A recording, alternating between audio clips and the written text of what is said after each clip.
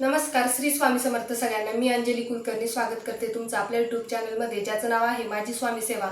आता जूनमध्ये म्हणजेच 2026 आपल्याला वटपौर्णिमा आहे। या जून महिन्यामध्ये तर त्याचे शुभ मुहूर्त ती कधी साजरी करायची तर त्याचंच मी तुम्हाला सगळं काही माहिती सांगणार आहे की ती कधी सुरू होणार, म्हणजे कधी साजरी करायची आहे। आणि महाराष्ट्रामध्ये वटपौर्णिमा अगदी महिलांचा आवडता सण आहे आणि अगदी मनापासून महिला करत असतात। म्हणजे आपल्या पतीसाठी आपल्या पतीला दीर्घायुष्य मिळण्यासाठी आपण हे व्रत करत असतो। त्याच्यामुळे त्याची संपूर्ण माहिती मी आज तुम्हाला सांगणार आहे। तर व्हिडिओ कुठेही स्किप न करता हा व्हिडिओ तुम्हाला पूर्ण बघायचा आहे। याचे शुभ मुहूर्त म्हणजे काय, आता आपल्याला आपण दिवसभरातून कधीही ही पूजा करू शकतो, पण काही लोकांचं असतं की या मुहूर्तावरच आम्हाला ही पूजा करायची। त्याच्यामुळेच या पूजेचं मुहूर्त पण मी तुम्हाला सांगणार आहे। आणि ही वटपौर्णिमा कोणत्या दिवशी साजरी करायची तर बघा, ही वटपौर्णिमा आलेली आहे 29 जून सोमवार रोजी आलेली आहे। आणि याचा म्हणजे प्रारंभ या पौर्णिमेचा प्रारंभ हा सकाळी म्हणजे पहाटे 3:06 लागणार आहे। आणि दुसऱ्या दिवशी म्हणजे 30 जूनला पौर्णिमा समाप्ती आहे, तर ती 5:29 म्हणजे 5:30 पर्यंत। तर आपल्याला ही वटपौर्णिमा कधी साजरी करायची आहे तर 29 जून सोमवारी रोजी आपल्याला पूजा करायची। पूजा कधी करायची आहे, काय करायची हे सर्व तुम्हाला सांगणार आहे। पण तुम्हाला आधी पौर्णिमा कधी लागणार आहे तर ते मी तुम्हाला सांगितलं। पौर्णिमा तुम्हाला 29 जूनलाच साजरी करायची आहे। आणि उपवास देखील काही महिला करतात, बऱ्याच महिला करत सुद्धा नाही। ज्याच्या त्याच्या पद्धतीप्रमाणे असतात, ज्याच्या त्याच्या प्रथेप्रमाणे ते तुम्ही तसंच करायचं आहे। प्रत्येकाची पद्धत ही वेगवेगळी असते, भाग बदलतो। म्हणजे आपण म्हणतो ना, एखादं शहर बदलतं किंवा मराठवाडा आहे, नाशिक जिल्हा आहे, प्रत्येक भागातली ही वेगवेगळी पद्धत असते। त्याच्यामुळे प्रत्येक पद्धत वेगळी असते, तर त्या पद्धतीनेच तुम्हाला ते करायचं आहे। आता हा सण आपण का साजरा करतो, महिला का साजरा करतो की आपल्या पतीला दीर्घायुष्य मिळण्यासाठी आपण ह्या वडाच्या झाडाची पूजा करत असतो। सावित्रीने आपल्या पतीचं जे प्राण परत आणलेलं आहे तर ते याच वडाच्या झाडाखाली परत आणलेलं आहे। त्याच्यामुळेच या वडाची पूजा आपण सावित्रीला आणि सत्यवानाला स्मरणात ठेवून ही पूजा करत असतो। तर मग या दिवशी म्हणजे मनोभावे आपल्याला पूजा करायची आहे। तर आपण हा व्हिडिओ टप्प्याटप्प्याने घेणार आहे, कारण की एकाच व्हिडिओमध्ये जर मी तुम्हाला सांगितलं तर व्हिडिओ खूप मोठा होईल। त्याच्यामुळे प्रत्येक माहिती ही प्रत्येक व्हिडिओमध्ये सेपरेट मी तुम्हाला सांगण्याचा प्रयत्न करेन। लवकरात लवकर सगळ्या माहिती मी तुम्हाला सांगणार आहे।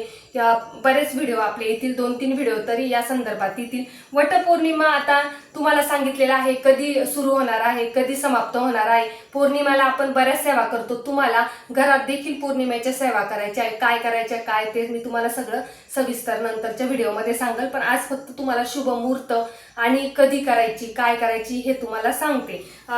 पौर्णिमा कधी करायची हे तर मी तुम्हाला सांगितलंच, पण याचे शुभ मुहूर्त, अमृत मुहूर्त आणि अभिजित मुहूर्त किंवा अभिजात मुहूर्त हे सुद्धा आपण म्हणू शकतो। शुभ मुहूर्त म्हणजे काय तर आपण या वेळेस जर कोणतीही पूजा विधी केली तर ती महत्त्वाची मानली जाते आणि मंगलकारक मानली जाते। त्याच्यामुळे आपण याला शुभ मुहूर्त म्हणत असतो। या काळात केलेली पूजा यश प्राप्ती मिळवून देते, त्याच्यामुळे आपण कधी पण शुभ मुहूर्त बघत असतो। आता अमृत मुहूर्त सुद्धा यालाच म्हणतात की अमृत मुहूर्तावर जर पूजा केली तर यश प्राप्ती, समृद्धी प्राप्ती आपल्याला मिळत असते आणि या वेळेस सेवा केलेली अत्यंत फलदायी मानली जाते। आता अभिजात मुहूर्त बऱ्याच जणांना माहिती नसतं, शुभ मुहूर्त अमृत मुहूर्त तर माहितीच असतं, पण अभिजात मुहूर्त म्हणजे काय तर अभिजात मुहूर्त म्हणजे विजय मिळवून देणारा असतो। हा मुहूर्त कधी असतो तर दुपारच्या मध्ये हा मुहूर्त येत असतो आणि हा मुहूर्त सुमारे 48 मिनिटांचा असतो। म्हणजे दुपारच्या मध्यभागी दरम्यान असतं। म्हणजे हा मुहूर्त तुम्हाला कधी चालू होतो हे तर मी तुम्हाला सांगणारच आहे।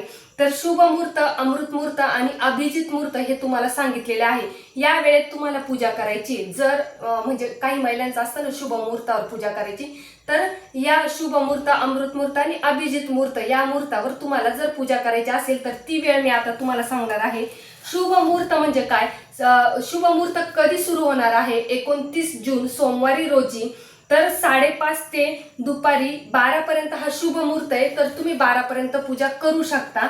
आणि अमृत मुहूर्त जे आहे तर ते 6 वाजेपासून म्हणजे पहाटे 7 वाजेपासून तर 8:30 पर्यंत आहे. आणि अभिजित मुहूर्त जे आहे तर ते 11:55 तर ते 12:50 आहे. तर हे मुहूर्त मी तुम्हाला सांगितलेले आहे. तर या मुहूर्तापैकी तुम्हाला कोणत्याही मुहूर्ताला शक्य होईल तर त्या मुहूर्ताला तुम्हाला पूजा करायची. आणि महत्वाचं म्हणजे आपल्याला या दिवशी सकाळपासून तर संध्याकाळी 5:30-6 पर्यंत पूजा केलेली चालणार आहे. असं काही नाही का मुहूर्तच पाहिजे. तो दिवस पूर्ण शुभच आहे. त्याच्यामुळे तुम्ही दिवसभरातून ही सेवा कधीही म्हणजे ही पूजा कधीही करू शकता. कारण की बऱ्याच महिला जॉब करतात, बऱ्याच महिला कामावर जातात, प्रत्येकाला प्रत्येकाच्या मागे व्याप आहे. त्याच्यामुळे आपण म्हणतो की मुहूर्तावरच काय केली पाहिजे असं काही नाही. फक्त मी ज्या महिलांना मुहूर्त पाहिजे त्याच्यामुळे मी हे मुहूर्त दिलेले आहेत. तर असं काही मनात आणू नका की मुहूर्तावरच पूजा केली पाहिजे. तर नाही, तर तुम्ही दिवसभरातून ही पूजा कधीही करू शकता. आणि बऱ्याच महिला म्हणजे उपवास पण करतात. तर तो तुमच्या पद्धतीने करायचा आहे. कधी सोडायचा काय तर ते प्रत्येकाच्या पद्धत ही वेगवेगळी असते. आता आमच्याकडे पद्धत जी आहे तर ती आम्ही दुसऱ्या दिवशी पौर्णिमा, दुसऱ्या दिवशी पूर्णाचा वगैरे नैवेद्य करून तर दुसऱ्या दिवशी सोडतो. आणि आता झालं हे सगळं शुभ मुहूर्त, अमृत मुहूर्त, अभिजित मुहूर्त हे सगळं मी तुम्हाला सांगितलेलं आहे. पण दिवसभर करू शकता, त्याच्यामुळे काहीच प्रॉब्लेम नाहीये. आता याच्यानंतरचे व्हिडिओ मी तुम्हाला हळूहळू तुम्हाला सगळी माहिती सांगणार आहे. पण महिला आपण वडाच्या झाडाची पूजा का करत असतो? या वडाच्या झाडाची जर आपण पूजा केली तर आपलं अखंड सौभाग्य प्राप्ती आपल्याला मिळत असते. त्याच्यामुळे प्रत्येक महिला ही वडाच्या झाडाची पूजा मनोभावे करत असते. आणि त्या दिवशी वडाची पूजा कशी करायची, काय करायची, त्याला साहित्य काय लागणार आहे, किती फेरे मारायचे हे मी तुम्हाला सांगणार आहे. बऱ्याच महिला 7 फेरे मारतात, पण कुठे कुठे 3 मारता, 7 मारता, 5 मारता. तर ते तुमच्यावर डिपेंड आहे, तुमच्या पद्धतीवर डिपेंड आहे. त्याच्यामुळे ती कुठलीही जबरदस्ती नाही आहे की तुम्ही अशीच पूजा करा, तशीच पूजा करा. मी काय नाही, मी सांगून देईल का 7 फेरे मारा. पण मग लगेच कमेंटमध्ये तुम्ही हे पण सांगतात की मग आमच्याकडे अशी पद्धत आहे, आमच्याकडे तशी पद्धत आहे. त्याच्यामुळे तुमची पद्धत महत्त्वाची आहे. त्याच्यामुळे ज्याच्या त्याच्या पद्धतीनुसार तुम्ही करायला पाहिजे. तर आता एवढं झालं मुहूर्त. आणि या दिवशी अखंड म्हणजे आपण वेगवेगळ्या सेवा करणार आहोत. बऱ्याच सेवा करायच्या आहे, म्हणजेच कुंकुमार्चन आहे. तर त्या अत्यंत प्रभावी म्हणजे पौर्णिमा आहे तर त्या दिवशी आपल्याला दिवसभर सेवेसाठी मिळणार आहे. त्याच्यामुळे वेगवेगळ्या सेवा पण करायच्या आहे जेणेकरून अखंड लक्ष्मी आपल्या घरी वास करेल. त्याच्यामुळे त्या सुद्धा मी तुम्हाला सेवा सांगणार आहे. तर या आजच्या व्हिडिओमध्ये मी तुम्हाला एवढंच सांगणार आहे.